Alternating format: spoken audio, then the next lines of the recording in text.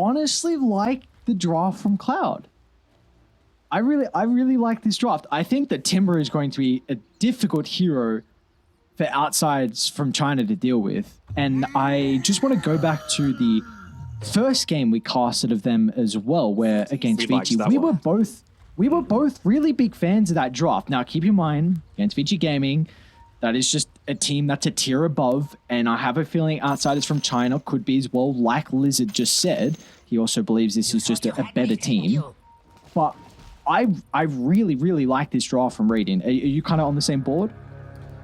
I wouldn't say really like. I mean, I think there still are issues for them to have to deal with. Like, Train Protector is still very strong at being able to set up onto a number of these heroes.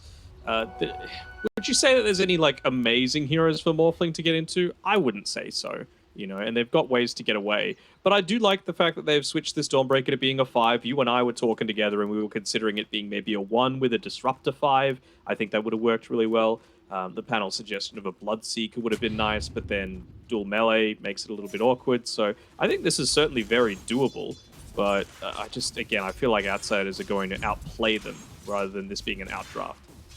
Yeah, that's the really big concern, is that just can you get to the stage where maybe your heroes are going to be at their complete strength here for Cloud. Just on your point about the Morphling, like who does he play with? I feel like you're pretty happy with getting Scepter and replicating into the Weaver. Like, this is a hero who, yeah, you got Gemini attack, but still, like, you lack you lack attack speed, and I feel like having that reduced is going to be a little bit annoying, and for Morphling to have those abilities would be great as well. I mean, you can even just use it onto the Primal Beast, which is great. We saw what kind of a Morphling can do with this hero at the kind of the TI qualifiers, so that's going to be a really nice hero to morph into as well as the game goes on. If you can catch him. That's always the biggest issue, right? Like, can you catch either of these heroes? They've got a very mobile lineup in Starf, yep. He's getting boxed in a little bit here. He's not wanting to use another one of those tankers, and, well, he's actually going to be able to get away. Nice adaptation there from Andy. I'm just going to call him Andy. You know, the player wants to be called that. Andy? The player needs to. It's easier than Ice Effect. Ice Limit. Yes, it very much is. I did stumble up once last game. I like. Well, we've confirmed the Andy down for it. Abel might be in some trouble. Level 2s. They don't get the. I think without the stun, he should be fine. Some frustration coming from the Timber Source. Shouldn't be all that frustrated. I mean, this is an incredibly good lane. And while we're talking about the Timber Source, just have a look over up at the top side where you've got a Tusk paired together with him. And this is prime for Tusk to be able to move to another lane and try and get a kill. I almost feel like it's going to be mid, right? Because Primal Beast is almost always going to be able to get away if Tusk is in right on top of him.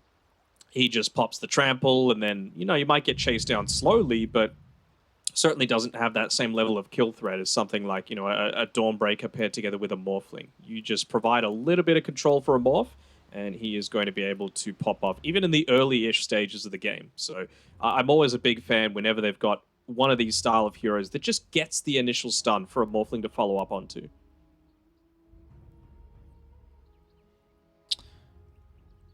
With that Primal Beast being mentioned too at the earlier point, do we feel like Team Cloud need to put a lot more attention in regards towards the river to kind of protect them against Echo's rotations? You're talking about, like, from what we saw at tops and like 3-minute rotations to the top lane, that sort of thing? Yeah, and even like 5 minutes, and maybe like your second use awards that you could look to use to protect the side lanes. Yeah, possibly. I mean, it should be fairly obvious. You always have to, like, predict the behavior that's coming through, right? If Primal Beast is trampling the creep wave, you know what's going on, right? He doesn't have any other ways to very quickly clear the wave, especially into a Death Prophet who, if you're just standing there and right-clicking, you're going to get siphoned, you're going to get right-clicked. So if you see him spamming that sort of thing, you know he's going for some sort of rotation, and you can respond accordingly. So I think for this game in particular, not quite as needed. Okay. Because I guess if he does even leave the lane as well, when Butterfly Effect has the Exo, then you've got some big issues with the threat of your tower going down. And we were mentioning, of course, XM in the previous game, having a hero he's very comfortable on. This game, it's no different in particular for Cloud and the position 2. Butterfly Effect back on IG Vitality was a formidable Death Prophet player, something that they always used to great success. They loved rotating supports around kind of that 5-minute mark, so you can use that first minute in connection with the catapult as well. So we'll see if this is going to be any different. They do have some pretty good supports to rotate. The Tusk in particular, maybe the Dawn won't be as beneficial to rotate, although the Morphling down bottom should really be fine. This doesn't seem like it's going to be a difficult lane for Andy to play into a Mirana and an H's Prophet. Yeah, he basically just needs to make sure that he holds on to his waveform, right? And then he's going to be able to get out of any sort of trouble if Starif is going to make that sort of rotation. And again, I think it's just going to be on the back of anticipating what the enemy team wants to do. I think if Cloud are going to have any luck of taking out this Primal Beast and potentially transitioning it into a tower off the back of a Tusk or a Dawnbreaker or both, rotating into the lane, you got to like put yourself up there a little bit too far on Butterfly Effect. Get him to use the trample, get him to use the onslaught, and then get the turnaround happening as a result of it. So we'll see what they're able to do with it.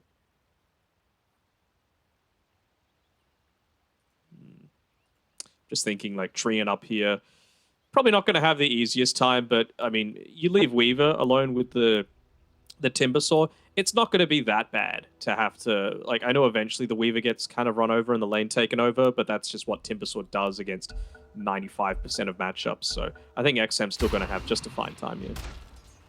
Actually did land on that stun from the Starbreaker, but not enough to be able to do too much. Ava's just going to TP back to base, come back with the teleport, and just go right back to farming.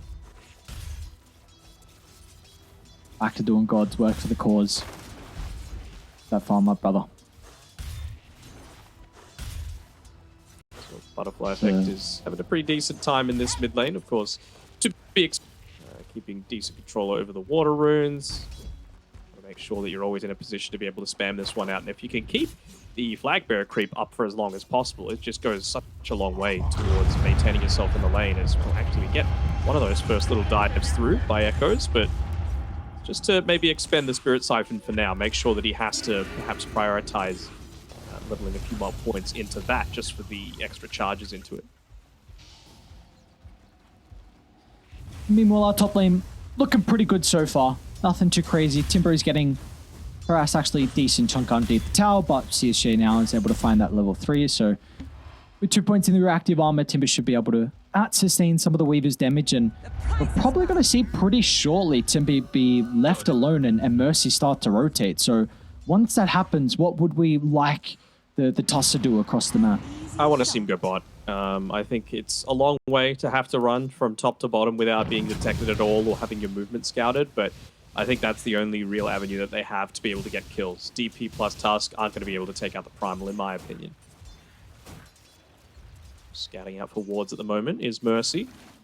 Standing right behind the tower. I feel like this is Butterfly Effect once again doing that bait that I was talking about, yep. But now he's got the boots of speed to be able to play around with, so even if he did make that movement forward, probably could still get away to the safety of his tower. Of course, now they will get confirmation of Tusk's position as well, so he's going to start to make his way back to top regardless, which not that he's going to have a whole lot of impact in this lane, nor be required. It comes down to where he's going to look to park himself over the next couple of minutes, but overall a very passive start. Kind of to be expected. I mean, you've got a lot of very hard to kill heroes, right? Morphling has mobility, Tusk, strength hero, Dawn, strength hero, DP, survivability, Timbersaw, survivability, Weaver, movement. Like everyone except maybe the Nature's Prophet is like very, very good in the laning stage. So at least in terms of being able to live. Of course, Prophet, one of the best harassers in the lane in the entire game. So we'll see how both teams are looking to play around that. I feel like it's going to be outsiders playing a little bit more around the back of these ultimates. Most notably the Treant Protector and the Nature's Prophet, just for A, the lockdown, and B, the damage, because that is one area that outsiders are actually quite heavily lacking, is the lockdown. They really need to be playing around this overgrowth quite heavily. Yeah, maybe that's a big reason why Ava has the Aghanim Scepter queued up as well for the Nature's Prophet. Yep, I would say so. You got to go down Good that lane. route or like a Gleipnir. Echoes getting siphoned up a little bit. Mercy's going to try... Oh, they actually got him. Wasn't expecting the Celestial Hammer to do as much damage at what it just did, but first bar first blood, I should say, picked up for Cloud, and they didn't even have to commit the exo for it. No, they didn't, and it was off the back of a bait. So again, Cloud just recognizing the strength of their draft and playing to it nicely. We're already seeing a much better laning stage coming out from them.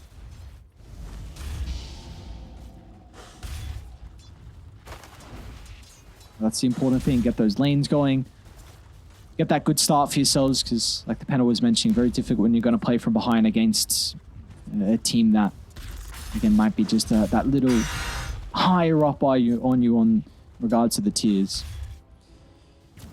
I do like how XM is building for this safe lane, though. He's built himself up almost a 900 gold lead against the Timbersaw as this Weaver. He's getting almost entirely solo experience, so going to be in a really good spot to get blasted on the catapult. And just the itemization as well, right? He's got a couple of mangoes. He's already used a couple for the lane. And who he found. See you later, Star. But it just means that he's going to be able to spam out that Shikuchi, and he's gone into the Javelin as well. So a little bit of magic damage, which of course is going to be effective against the Timbersaw. I don't know when he's going to be vulnerable in this game. Who dis? Maybe, I'll hold that thought. Echoes has a level 6 to work with. They're going to try and target down the Death Prophet, and look at the damage they've got coming up with 4 members of Dire diving deep onto the tier 1 tower. It's a big kill for them to find, and look at the timing that they get it with as well. Catapult wave along with the tree, and so this tower, it's going to go down. They don't have a glyph to work with. Yeah, and Mercy was just too experienced short of being able to pick up that level 3 in order to get that kill on the Dawnbreaker previously. Sorry, not the Dawnbreaker, on the Primal Beast previously. They had to use the tag team for it, so didn't even have a save potential, and I feel like they recognized that from outsiders. Dire's bottom tower is It's a big town now to be able to open up the map. Now we can see the Primal Beast. Still no exo has to be used though, so we'll see if they look to make a little bit of happen up top here. Fly effect, he can't just be standing waiting around though. Yeah, and he's done waiting. But just gives the Train Protector time to rotate up to this lane and try and protect it. They've got Wrath of Nature now. They can definitely blow up the Death Prophet. We're going to see Echoes lead in. Pulverize, not enough, but in fact CSJ with his own damage can turn around and well, even deep into the tree line, but can't get himself out, so they're just fighting without the Nature's Prophet. Oh, that is not ideal, for sure. I don't know how much effectiveness he would have. Like, he'd use the Wrath of Nature. He's got a Blightstone and a Power Tread. It's not exactly the greatest amount of overall damage for this team fight, right? So maybe if he was to go into the Maelstrom, of course he wouldn't have it at this stage. Are they going to fight this? I don't know if All he right, can take out Echoes Mercy. is back alive. CSJ is the initial target for the moment. One more tower will bring him down, and along they'll get Mercy as well. So outsiders from China successfully defend their T1 tower. They get a couple of kills as well, and now they're going to park the Train Protector here to get some solo experience. And you just compare that to game 1, right? So much more emphasis onto maintaining this tier 1 tower. It's exactly where a Prophet wants to be, just sitting in the safety on your side of the map, because even though this is being played as a position 3, we can expect Ava to be playing a lot more of this greedy style of role, and they might be trying to go for a kill here with Andy. Going forward with a waveform. Looks like they're going to be able to find it. So first kill involvement out of the Morphling, who's had another pretty good start to the game. Last game, I should say, we did see him have 2 deaths at that 6-minute mark, but he was able to get a lot of net worth early on, and it's looking no different for the Morphling. The mid lane, however, Echoes makes the attempt on a Mercy, but unable to bring him down for the moment. The Polarized combination will set up perfectly with the arrow, so they will still secure the kill. The Butterfly effect have no way to avenge the death of the Tusk. Yeah, I wonder if... Obviously, it's important to just keep up your farm by going this particular skill build, but I wonder if Butterfly Effect's kind of kicking himself for not having just a singular point in the silence. Would be great to interrupt the Pulverize. Would be great if they... Top lane. CSJ, he was trying to chase down outside, but nice the arrow. bodies have rotated, and the arrow on point from Xiaoma. Echoes gives him a worthwhile tip as well, and that is a huge kill onto the Timber. You need to shut this hero down. In a game like this, where it looks like a pretty goddamn good Timber game, of course, his weaknesses are going to be earling on before those items, so if you can stem kind of the farm that he can get, then it's going to be huge. As we're seeing XM as well onto Mercy. He's going to be cautious, has the time lapse to work with, and nothing they can do to prevent that. Again, no silence leveled up. You just put the third point into the Spirit Siphon. I really feel like after you get these initial stuns through onto these relatively squishy heroes, you've got to make sure that you've got some sort of follow-up. And as for right now, outside of the Tusk Snowball, and he doesn't even have the punch yet, it really doesn't feel like they've got anything significant. So might just lead us to believe that Cloud are happy enough to sit back and farm. They know Morphling's had a good game, and they want to put everything in Andy's shoes to be able to bring this one out. I really want to see Cloud go top and play with the Timber. You've got this catapult. You need to open up the map, and is Dire going to continue to come to the neighborhood to protect it?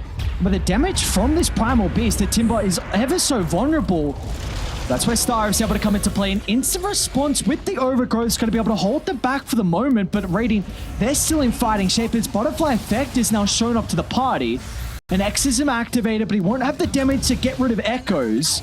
Meanwhile, off to the left side, Yama still is able to bring down the Timbersaw, so in the end, it's a 1-for-1. You do lose the tower, but you get a pretty big kill, and everyone else from Dire is farming.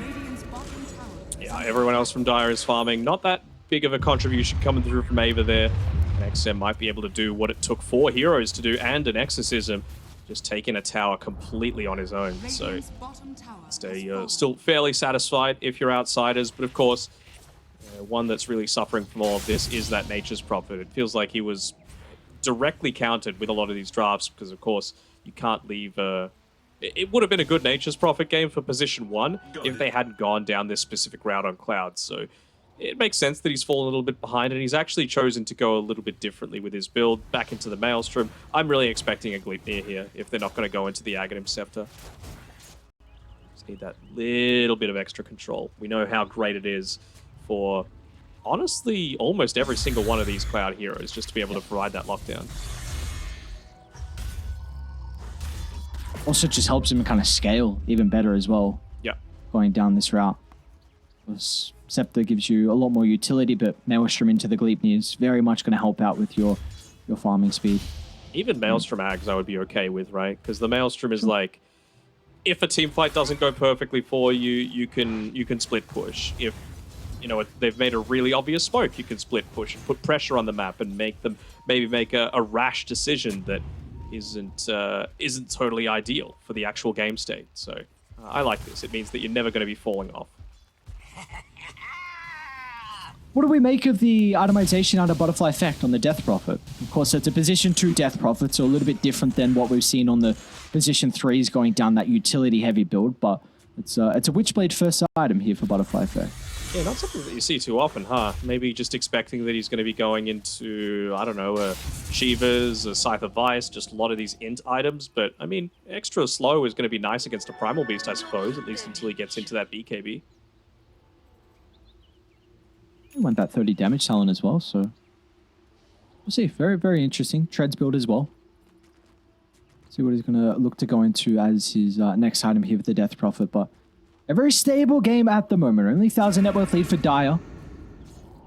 This is Andy's having a lot of fun with being able to find his farm, but I think really the biggest loser for me so far is CSJ on this Timber. So I was really not expecting him to have 3 deaths at this stage of the game, but we've just seen what the Primal Beast can do. Like this hero does a ridiculous amount of damage at the early stage. Oh, for sure. Not sure if it's enough to call him a loser, but you do you. Did I say loser? What did I say? Oh yeah, you kind of did. But wait, what did I say actually? It's just you said the biggest loser of this early game. You won't be that serious. I'd say he's the biggest loser. No. What do you mean? He's 3 deaths? Who's a bigger loser? Hang on, CSJ? He might be about to die. The loser could go down again. It might be even more of a... I mean, the what do you mean? I'm not calling him a loser. I'm saying... No, I know. I'm giving you shit. You give me shit. That's cool. You're trying to make me get all flustered, try and explain my words. I'm like, nah, I feel like I've explained it pretty well. Yeah. Oh, they're actually going to commit heavily on this mid lane. Exorcism being popped, even CSJ himself making the rotation through, and well, there's not exactly that many trees for our Treant Protector to be able to play around, so I think this one should most likely go down with Mercy just acting as a little bit of the the enforcer on the front lines Dire's middle as this tower Tusker. is under attack. The important Just thing see- though Top is tower is They're Sorry, go. farming. yes, yes. I mean, you see what they're getting out of the map. Ava is about to take a T1 tower top. You've now got Xiaoma as well, diverting 3 heroes' attention away from the entirety of the rest of the map. So XM was still continuing to farm. They were farming their own jungle at the same time. So yes, they lose that tower, which is pretty big when you have a tree protector, all things said. But you are getting stuff across the map. Like Echoes now has enough gold for his BKB, so they are in fighting shape. Yeah. And it's like the supports are distracting them away from the important things that are actually happening, you know, across the map. We saw in the previous series, it was the case of on Meteor, you had Marblu on his Ricky putting together another fantastic performance for them. Just, again, putting himself in harm's way, getting away, actually, most of the time.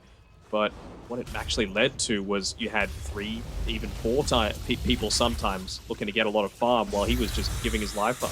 All he really needs is that sleeping dart, and this game it really doesn't feel like, for example, the Mirana or the Dream Protector need that much to be able to get much happening. He tosses it up for the arrow. Hood gets activated. They need the boys to protect him. Maybe that's where the Solar Guardian's able to come into play with a snowball as well, but he doesn't drag him in. Timber goes down. And now they can look for more as well, as Xiaoma in combination with XM is going to go towards the backline. Mercy playing with the 1 charge is actually enough to keep him alive. That should result in them killing off Xiaoma. So in the end, a 2-for-1 as Andy was also able to get the kill onto Ava. And he's stolen the Nature's Prophet abilities. Teleporting, trying to close the distance on the XM, but not much that Andy can really do. Yeah, they were able to do that with... they didn't actually use the Overgrowth to be able to protect him, so... I'm a little surprised that Prophet put himself into such a vulnerable position. He is going down that Gleipnir route. Just, again, providing that control, providing that lane push potential, but... Well, can't be giving your life up that easily. It feels like he was joining into the fight with no true purpose outside of maybe pushing the tower while they were going for these kills. All right. Exo activated out of the pit. And Is it under can Vision? even... It is. They've got a ward on the cliff, so they're well aware of this, and they're all coming. Radiant need to get here ASAP to take the fight. They'll start with the silence. Is the control going to be enough? XM, he just gets blown up at the start of the team fight, and now they'll turn to Echoes as well. As Cloud, okay. It was looking a little bit dicey with them starting with 2 heroes just going inside the pit, but they were ready for outsiders to try and contest that. What you can say about it, though, is that it was a very, very quick movement coming through, right? It's not something that you would expect at that stage, and it was immediately after he hit the level 12, I believe, on Butterfly Effect. So they knew that if they had anyone joining in, I mean, Tusk has 4 points tag team, so you can very, very quickly look to take that one out. And I like the fact that Cloud are playing on the back of this Radiant advantage that they have, even though it was under Vision. Just feeling like it's much easier to be able to join and bring reinforcements to that sort of clash. Yeah, and I can't stress enough how important it is that Radiant now have some advantage in this game. It's going to give Timber some time to get that farm, and he's got Greaves now completed coming out of the core, and the timing is just perfect because this Moran is about to pick up the Spirit Vessel. If the Timber didn't have a way to purge that off before this Vessel, then he could have been killed multiple times in a row. I feel like he's still in a rough spot, though. Like, of course, Greaves is great, right? But I feel like he's going to need to go Greaves BKB because you're still up against a Gleipnir on the Weaver, a Prophet that's going Gleipnir, Overgrowth on the Tree Protector with Blink Dagger, and the Vessel. So, like, you got to pick your battles, right? And I feel like BKB is the only thing that provides help for all of them. Some chain to get some distance away. Mercy actually doesn't go for the snowball. It goes for the punch instead. Is the heal going to be enough to keep the Tusk alive? And he wants to go back into the middle as Raiding. I mean, Exo's back up already. So Cloud are in fighting shape. They're ready to rock and roll as they're going to push outsiders all the way back. And there's going to be no escape, it looks like, from Ava.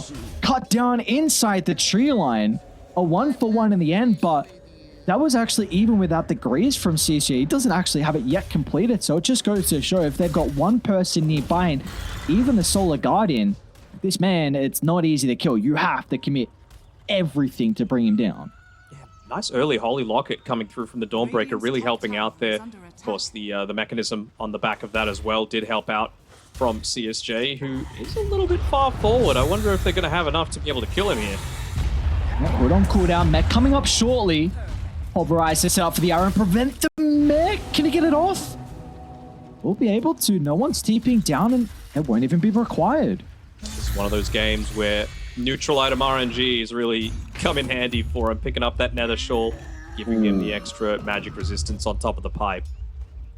Oh, probably the best one you could ever ask for, right? For a Timber at the tier 2. I'm not going to go through the list. Let's just say top 3. Let's say top 3. It's a goddamn good one. It's a damn good one for Timber. And all right, well, this is. Do we want to say the most even? Big call. Yeah, okay. You knew what I was going to say. They're in a great position here, Team Cloud. They're in a great position. They are, for sure. I mean, they're losing tier 2s, sure, but they're going to get one in response. And, I mean, they've already got the Roshan advantage claimed for themselves. They're going to be able to take a tier 2, the outpost on the back of this. And it feels to me like second Roche is really all they're going to be playing around. And Andy's still continuing to get more and more of that farm. He recognizes how important it is for him to have 2 separate cleansers for all of these different high-value lockdown damage abilities that they've got. Again, the Gleipnirs are a factor. The Overgrowth is a factor. So you need man to BKB. Same sort of thing with the Timbersaw. He's got the Greaves now. I'd be a little surprised if he doesn't go BKB, even though it's not exactly the most common thing for a Timbersaw to get. Let's see, DP has the BKB finished up as well. She's going towards the Kaya Sanj. Don't hate it. I mean, again, it's just going to provide her a lot of value to stand in the middle of these team fights, be able to absorb a lot more of that punishment, and really force the team to essentially focus her down, because it's going to reach that point for outsiders that, you know, how do you kill a Morphling, a DP, and a Timbersaw? They're all very tanky alone, and it's just going to get harder and harder as especially Dawnbreaker gets a few more of these levels as well. Not even yet level 12 on the Solar Guardian. Yeah, it's interesting. Starf has the 4-staff queued up. This is, I guess, probably multiple reasons, right? You pulverize into arrow, and then, well, toss into arrow, but eventually you're going to have an item to be able to kind of mitigate the effectiveness of that level 20 talent from the Nature's Prophet. And it essentially forces the Primal Beast to BKB every single time he wants to go for the Pulverize, because if he doesn't, then the 4-staff actually interrupts the Pulverize if you use it on the right target.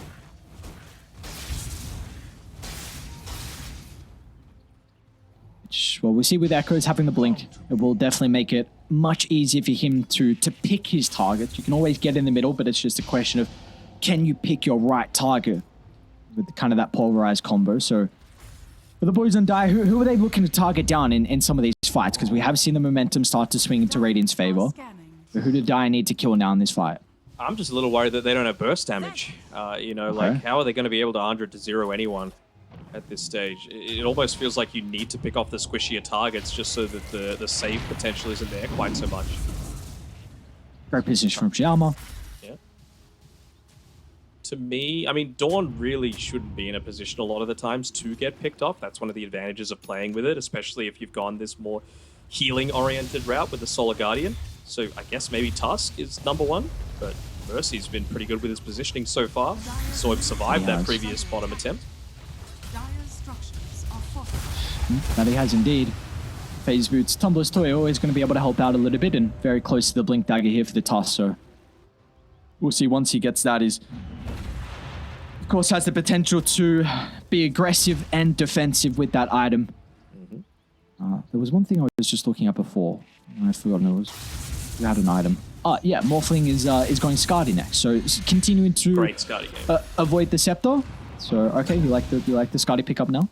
I mean, yeah, you're against 2 range cores, right? And again, I talked about the benefits of having the Witchblade against the Primal Beast, just to be able to slow him down, prevent the Trample from having quite as much effectiveness. Same sort of thing with the Skadi, right? And Skadi actually goes through that BKB, so protecting not only yourself, but the rest of your team as well from that collateral damage. See, Ava, looks like they're ready to fight here. Aside from China utilizing the Nature's Prophets global TP potential to drop a deep ward inside Radiant's triangle. It's clever. This to me reads, yeah. And they got them smoke? Instant value out of it. All right, let's go over. How can they utilize this now? I think they Bebop. just need to back off together completely. They're going to go for a smoke of their No, own. no, no, no. They're ready to rock and roll. Scotty just completed on the Weaver inside this team fight. It's going to be a big item to potentially help out to turn it around as all chaos will break out outside. An incredible overgrowth inside the middle, but where's the follow-up? They're going to try and turn to target down CSG at the moment. The Timber will be able to get some distance away. Further to northern side, Echoes will be brought down. So a great start from Team Cloud, but can they get more out of this though? Atos tries to set up for the Mirana arrow, but it's not going to be on the mark, and now Radiant, well, it seems like Andy's ready to try and take the further team fight, but Outsiders from China being able to kite this down to the south, and Radiant, they're happy with that, but the Exo is about to expire, so they're going to be cautious, so they are backing up to Dire's vision. And XM with the Gleipnir from afar. Arrow just shy. XM's going to continue to go for the dive as Mercy jumps in over, tries to protect Starif. Let's see if the Dawnbreaker is going to be survivable enough, or maybe the Weaver won't be healthy enough. CSJ along with Andy coming for the damage required to blow up XM when he was playing just a little bit too aggressive. Now they're on to Jama. No more leap charges for the Mirana as well, so Team Cloud getting multiple kills inside that engagement. Yeah, very, very surprising that they were able to get that done. You know, I was just singing Ava's praises, but he was almost a complete non-factor in that team fight. He waited the 10 seconds for the Wrath of Nature to come offline, and yeah, he just was super late with his TP forward, even after the BKBs had gone. Even something as simple as just using the Gleipnir would have provided so much spacing for his team to be able to either make the retreat or continue to full-on commit.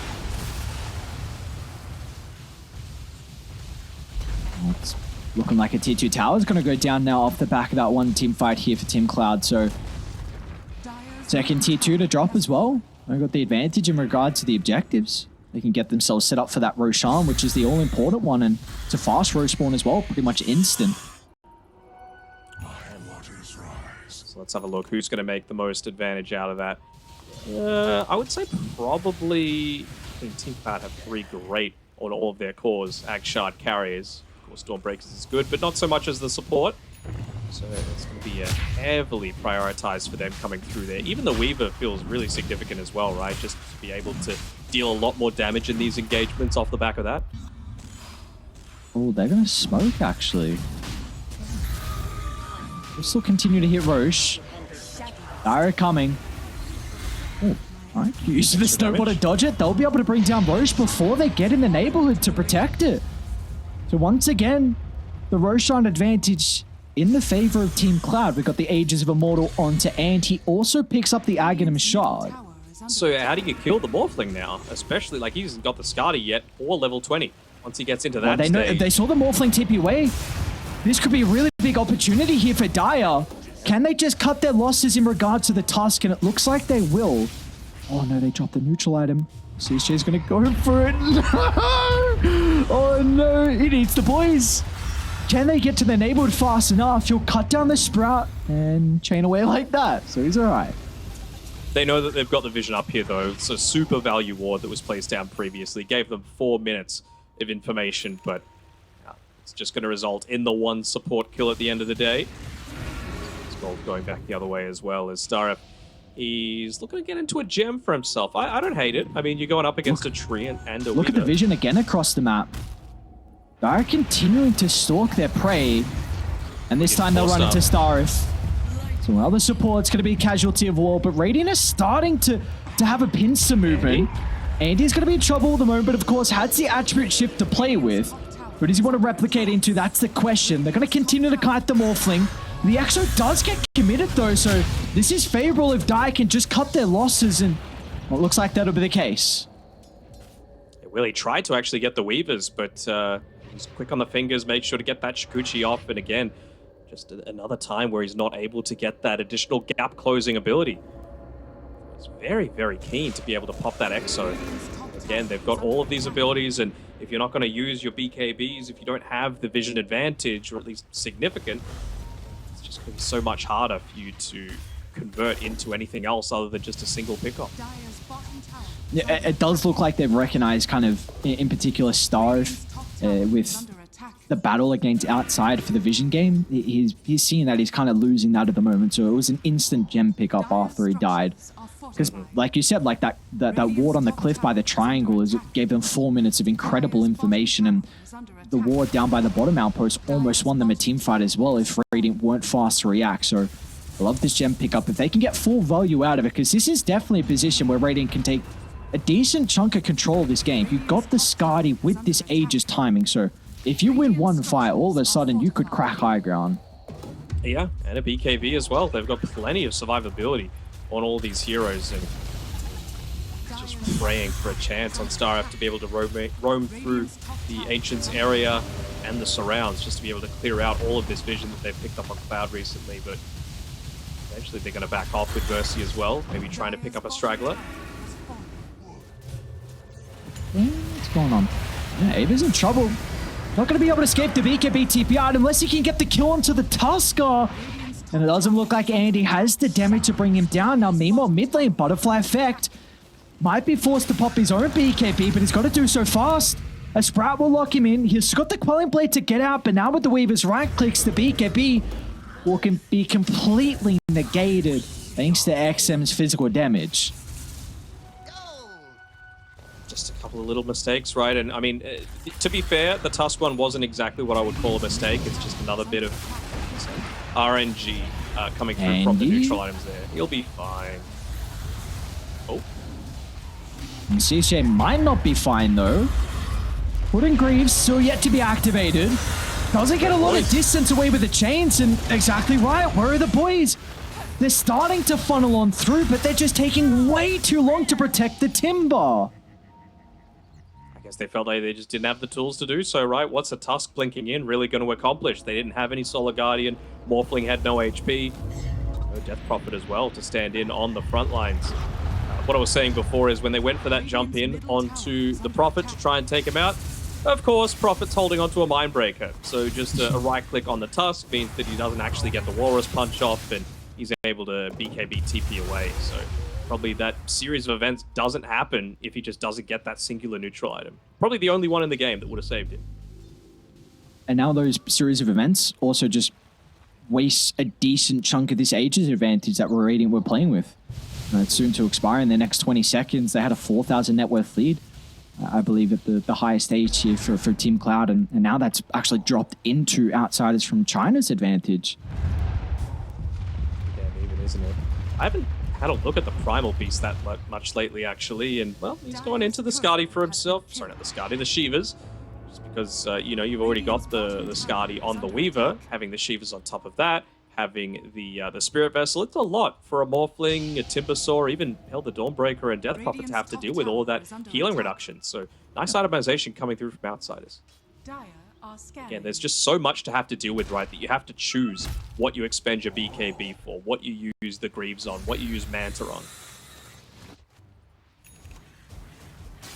Maybe that's where the Lotus Orb from CSJ can help out a little bit. Not only with his own survivability, but potentially allowing the Death Prophet or the Morphling just to run freely into the fights.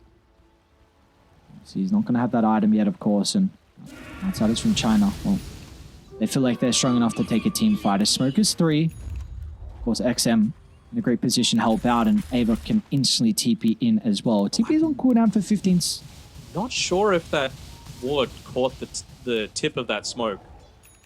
Just from the way that they're reacting on Outsiders, that's a it feels Daedalus. like it might... Oh, nice. Quick movement coming through.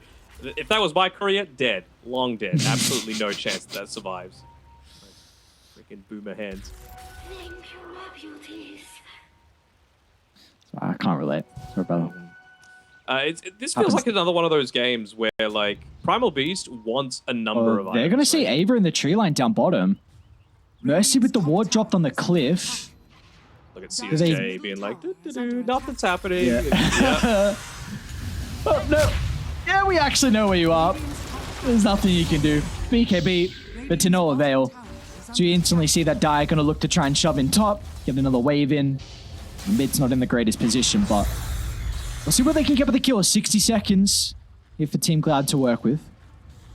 So what I was saying before about Primal Beast, obviously it's great that he's got the Shivas, right? But if they are... It depends what they feel like they're most concerned about. If you're worried about the Timbersaw, you would have to imagine that Aghanims is the target, is the thing that they want, right? Just for that extra break against him if you want to quickly take him down at the start of these team fights. I actually haven't checked. Is his break purgeable? Because I know there are some in the game that you can dispel. Not sure. Too new of a hero. Yeah.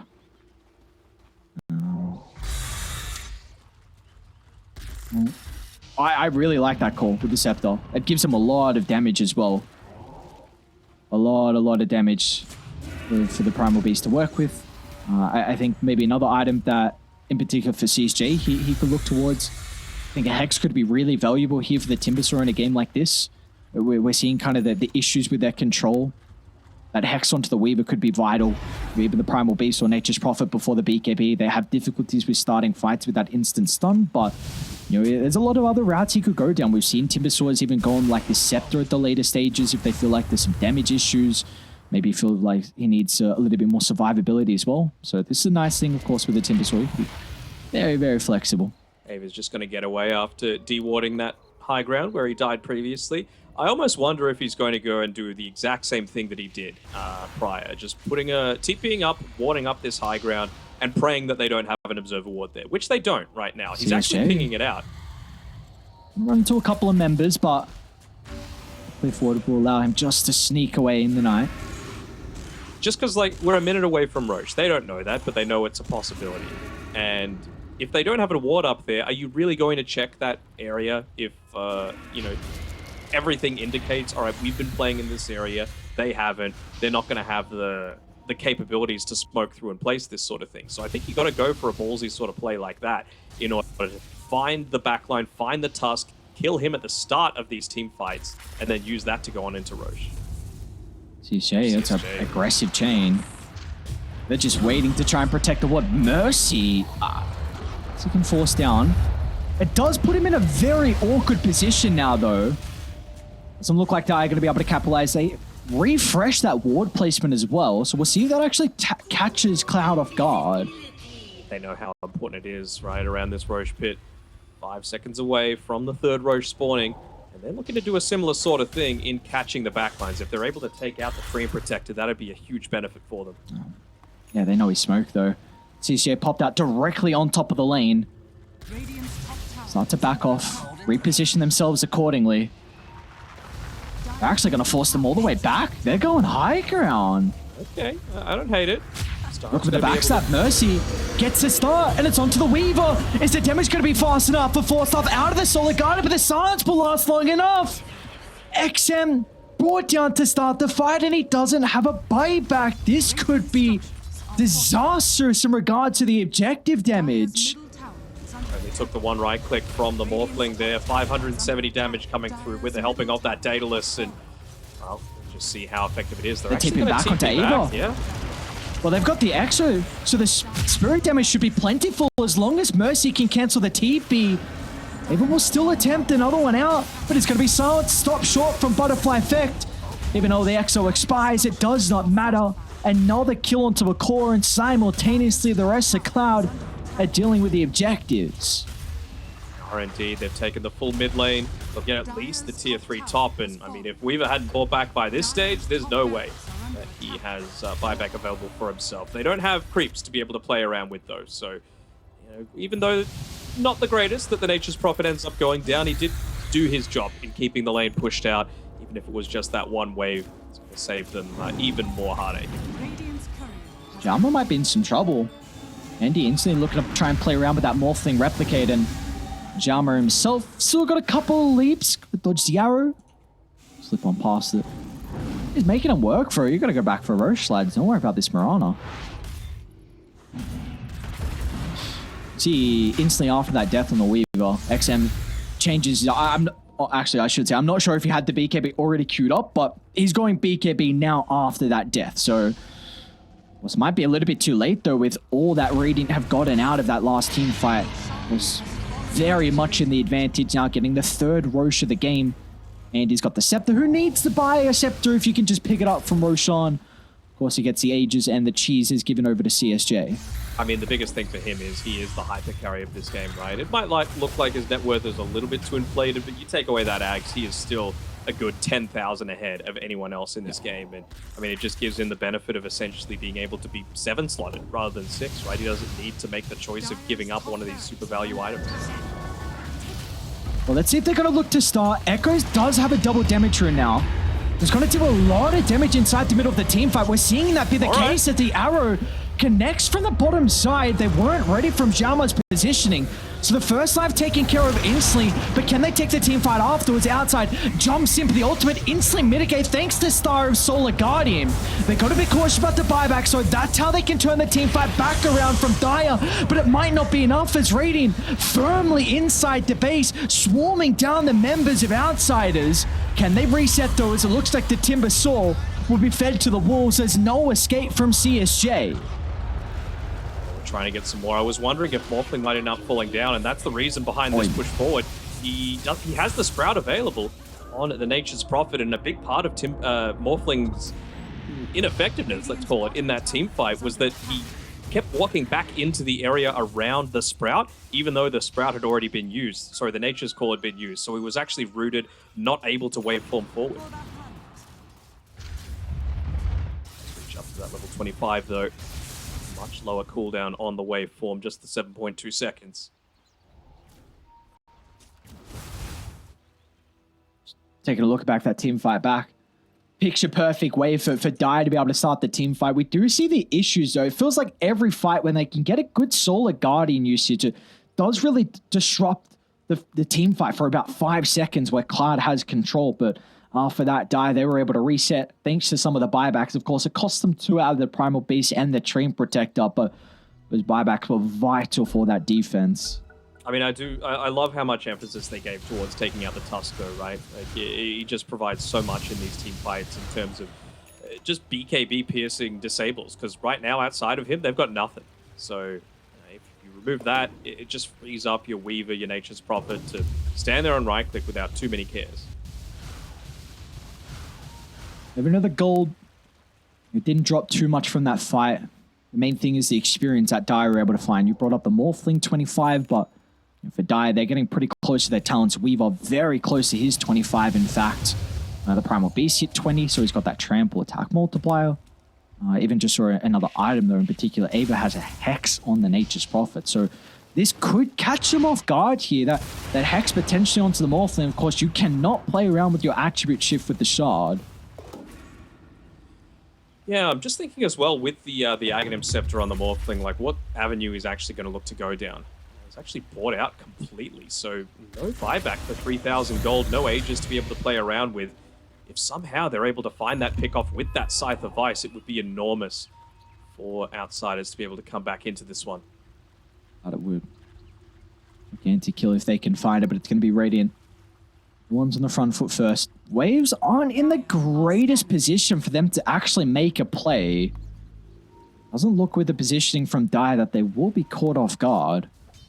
This mid lane's always going to push in, right? You've got the super creeps, so they feel like someone's going to come and look to try and address this, and they're going to get a pick-off in response to it.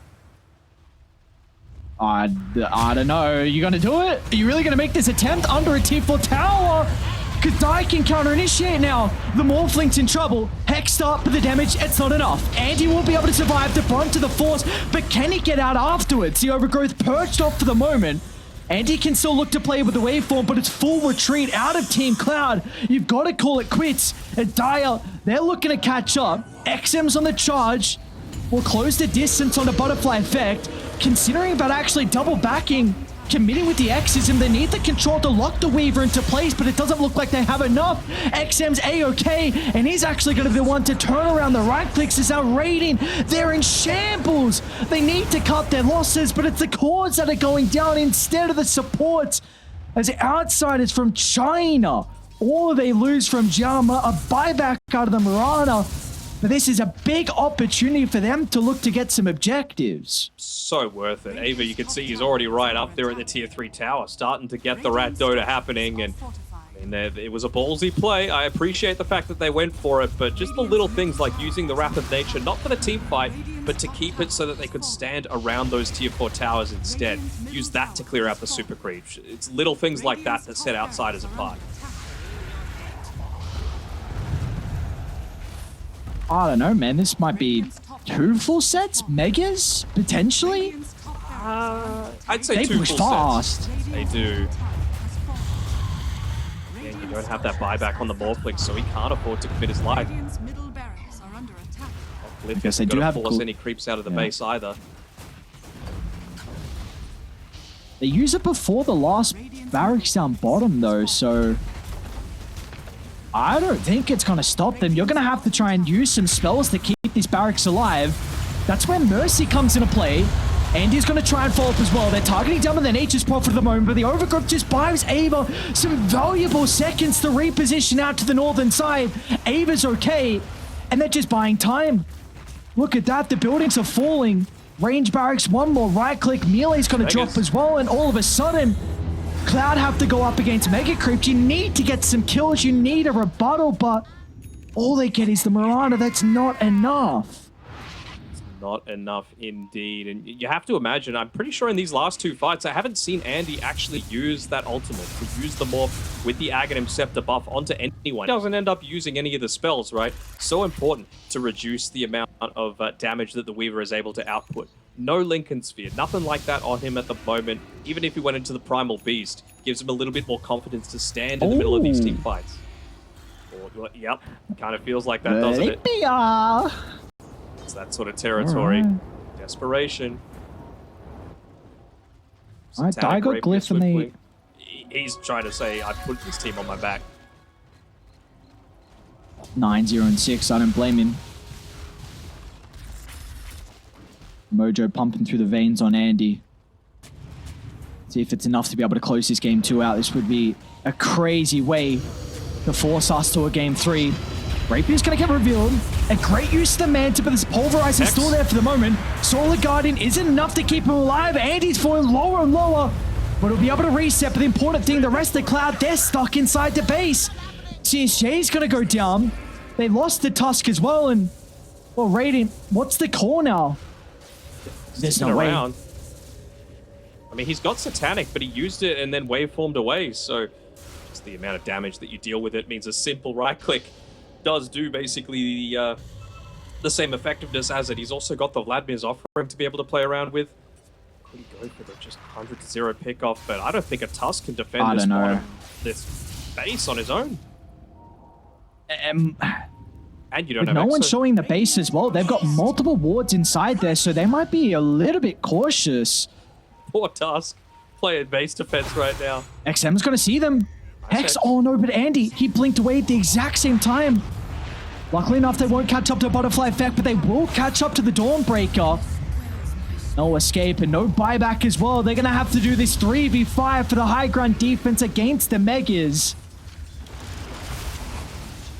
I'm not sure I don't if think they have enough members. Yeah, they're going to No try Glyph, they're just going to have to make the jump. Straight on top of them, Nature's Prophet. Once again, they're able to secure the kill. It's got a buyback to be able to rejoin. You got to be cautious how long this fight goes on out. You got to be cautious about the Morphling as well. Dire straight on top of him, no hesitation. We're taking Andy and the Rapier out of the equation. And with him going down, the game will be out of their grasp for a comeback, as the boys from Outsiders from China will be able to take their first series victory.